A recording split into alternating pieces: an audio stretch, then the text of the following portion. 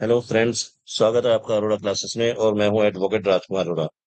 तो फ्रेंड्स, आज हम अकाउंटेंट के लिए और टैक्स कंसल्टेंट जितने भी मेरे फ्रेंड्स हैं उनके लिए टीडीएस का क्वेश्चन लेकर आ रहा हूं और इसके कुछ टीडीएस की सॉल्यूशन और साथ में टीडीएस की एंट्रीज टैली प्राइम में करते दिखाएंगे। तो फ्रेंड्स, जो भी देहरादून से रिलेटेड है, मेरा अरोड़ा क्लासेस नाम से टैली टैक्सेशन कोर्स का कोचिंग सेंटर है। जो भी ज्वाइन करना चाहता है ज्वाइन कर सकता है। देहरादून में या आसपास सिटीज हरिद्वार, रुड़की, ऋषिकेश से भी आते हैं लोग।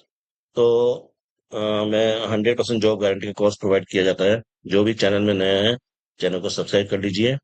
और क्यों? क्योंकि मैं अकाउंटेंट के लिए, स्पेशली मैं अकाउंटेंट के लिए जो अकाउंटेंट की तैयारी कर रहे हैं और ऑलरेडी जो अकाउंटेंट है या फिर जो टैक्स कंसल्टेंट है या टैक्स कंसल्टेंट बन रहे हैं, उन सब के लिए वीडियो लेकर आता हूँ। तो इसी तरीके से आज का टॉपिक हमारा है टीडीएस पर, और टीडीएस के साथ में एंट्रीज करते देखेंगे। सॉल्यूशन, कुछ क्वेश्चन लेते हैं, उसके सॉल्यूशन देखते हैं।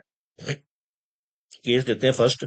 एक्स वाई या partnership firm sells its product are through the e commerce platform provided by A B limited, e commerce operator, e commerce operator. AB Limited credits in books of accounts the accounts of XY on February 28, 2025 by sum of rupees 49,000 for the sale of product R made during the month of February 2025. Z, who produced product R through the platform provided by AB Limited, makes payment of 60,000 directly to XY on February 2025। X Y partnership firm जो है are को, are product नाम को ए B limited को, ई commerce operator को, ए B limited को provide करती है 4,90,000 रुपए का। और साथ में किसी ने 60,000 रुपए उसके डायरेक्ट हमारे को अकाउंट में जमा कर दिया, जेड ने, जो उस प्रोडक्ट को यूज करता है। तो अब ये सिचुएशन आती है कि क्या सिचुएशन में सेल की एंट्रीज तो बनेगी, क्या सिचुएशन में हमारे पास टीडीएस का भी कोई रोल है? तो साथ साथ मैं आपको दिखा देता हूँ कि इसका केस का क्या रोल है। AB limited e commerce operator है, is required to deduct tax at source under section 194 O में at the rate of 1% of rupees 5,50,000। कैसे? 4,90,000 क्रेडिटेड हुए थे और 6,000 जो directly paid by X Y on February 21, 2025 में हुए थे। यानी कि एक 4,90,000 रुपए का जो बिल इसने इशू किया, 60,000 रुपए जो डायरेक्ट इसके अकाउंट में जमा हुए।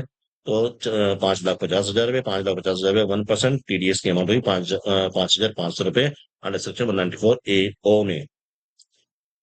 दूसरा केस देखते हैं, आप देख लेना इसको पीछे करके वीडियो को। Case two, DEF Limited is a producer of natural gas. During the year, it sells natural gas worth rupees 2,65,000 to G and Company, a partnership firm. It also incurs rupees 1,70,000 as freight for the transportation of gas. It raises the invoice and clearly segregates the value of gas as well as the transportation charges. अच्छा, इसमें DF limited जो है natural gas supply कर रही है 2,65,000 रुपए की जी and company को। साथ में बिल में साफ साफ लिख दिया है कि ट्रांसपोर्टेशन के fat for the transportation of gas के लिए 1,70,000 अलग से चार्ज करेगी। तो ये दो चीजें बस इसमें। तो क्या इसमें केस में टीडीएस बैठता है? Case two, time of transfer of ownership of gas is not given in the problem. If ownership is transferred before transportation of gas, then tax is deductible under section 194C at the rate of 2% of rupees 1,70,000. Conversely, if ownership is transferred after transportation of gas, then TDS is not required. TDS is not required. अगर ownership पहले transfer कर दी है, bill दे दिया, ownership पहले transfer हो गया, उसके बाद ट्रांसपोर्टेशन खर्चा है, तो वो खर्चे 194C में 2% टीडीएस कटेगा कॉन्ट्रैक्ट बेसिस पे 1,70,000 का। अगर ओनरशिप ट्रांसफर हुई है after transportation of gas, gas चलेगी, उसके बाद ओनरशिप ट्रांसफर हुई है, तो टीडीएस नहीं कटेगा। ध्यान रखना इस बात को कि क्या केस है, और बारी बारी चीजें हैं। थर्ड केस लेते हैं। PQR Limited pays LLP pays job charges to LMN, a partnership firm for doing embroidery work on the fabric supplied by PQR LLP during the previous year 24-25 under. तो PQR limited ने LMN को embroidery work के लिए, काम के लिए ये चीजें सप्लाई करी है, उसके बदले बिल रेज किया। बिल नंबर 1 27,000 रुपए का अप्रैल 30 को, फिर जून 30 को 57। बिल नंबर 25,000 रुपए 105 सितंबर 30 को 28,000 रुपए, 151 दिसंबर 30 को 32,000 रुपए। तो क्या इसमें टीडीएस कटेगा? तो अब इसको भी देख लेते हैं हम। Tax is deductible under section 194C if amount of individuals bill is more than 30,000 and और aggregate payment on the same party during the financial year more than rupees 1 lakh. तो 194 सी में क्या होता है, अगर एक साल में 1 लाख रुपए से ज्यादा की हो जाए तब टीडीएस कटेगा, या फिर 30,000 रुपए का सिंगल पेमेंट से ज्यादा हो जाए तो टीडीएस कटेगा। In the given case taxes deductible by PQ limited as follows. पहले 27,000 बिल था तो टीडीएस नहीं कटेगा। तो दूसरा 25 का आया, 27 25 52,000 रुपए हो गया, टीडीएस नहीं कटेगा। 28,000 बिल आया, 80,000 रुपए का हो गया, 52 28 80,000 रुपए बिल हो गया, टीडीएस नहीं कटेगा क्योंकि 1 लाख से ऊपर नहीं हुई। ऐसे ही 80,000 रुपए का था, उसमें 32,000 रुपए का नया बिल आया तो 1,12,000 रुपए हो गया, तो TDS is required on December 30 2024 eight the rate of 2% of rupees 1,12,000, या 1,12,000 रुपए पे तो कटेगा 1,02%। ठीक है, will be retriever out of rupees 32,000। तो किस में से कटेगा, 32,000 रुपये में से कटेगा। पिछली वाली अमाउंट नहीं छेड़नी है आपने, सीधा इस जो लास्ट वाला अमाउंट है 32,000 रुपये, उससे में से 2% टीडीएस काटते दिखाओगे पूरे बिल की अमाउंट पर। 194 सी ये कहता है। अब हम देखते हैं कि इसकी एंट्रीज कैसे करी है हमने और टैली में एंट्री कैसे करी है। ठीक है, तो ए बी लिमिटेड को sale of e commerce operator की हुई थी, मैं आपको दिखा देता हूँ पीछे जाके। ई कॉमर्स ऑपरेटर की, ई कॉमर्स ऑपरेटर ने सेल करी थी ए बी लिमिटेड को 4,90,000 प्लस 60,000 रुपये डायरेक्टली आए थे, तो 5,50,000 रुपये की सेल करी थी। तो ई कॉमर्स ऑपरेटर को हमने A B limited account debit sale of e commerce 5,50,000, मैंने नाम इसको ये यही दे दिया, e commerce. A B limited e commerce sale of e commerce, GST का कोई रोल मैंने इसमें दिखाया नहीं है, इसको सेल में दिखाएंगे आप। ठीक है, ये आपका हो गया सेल की एंट्री। फिर हमने दूसरी एंट्री बनाई, A B limited account debit to TDS payable. हमने टीडीएस काटा है, अलग से दिखा दी या इसके साथ आप जोड़ सकते हैं जैसा मर्जी। ठीक है, फिर 5,500 रुपए की हमने एंट्री दिखाई, A B limited account debit to TDS payable. TDS payable हमारे कहाँ जाएगा, करंट लाइबिलिटीज में।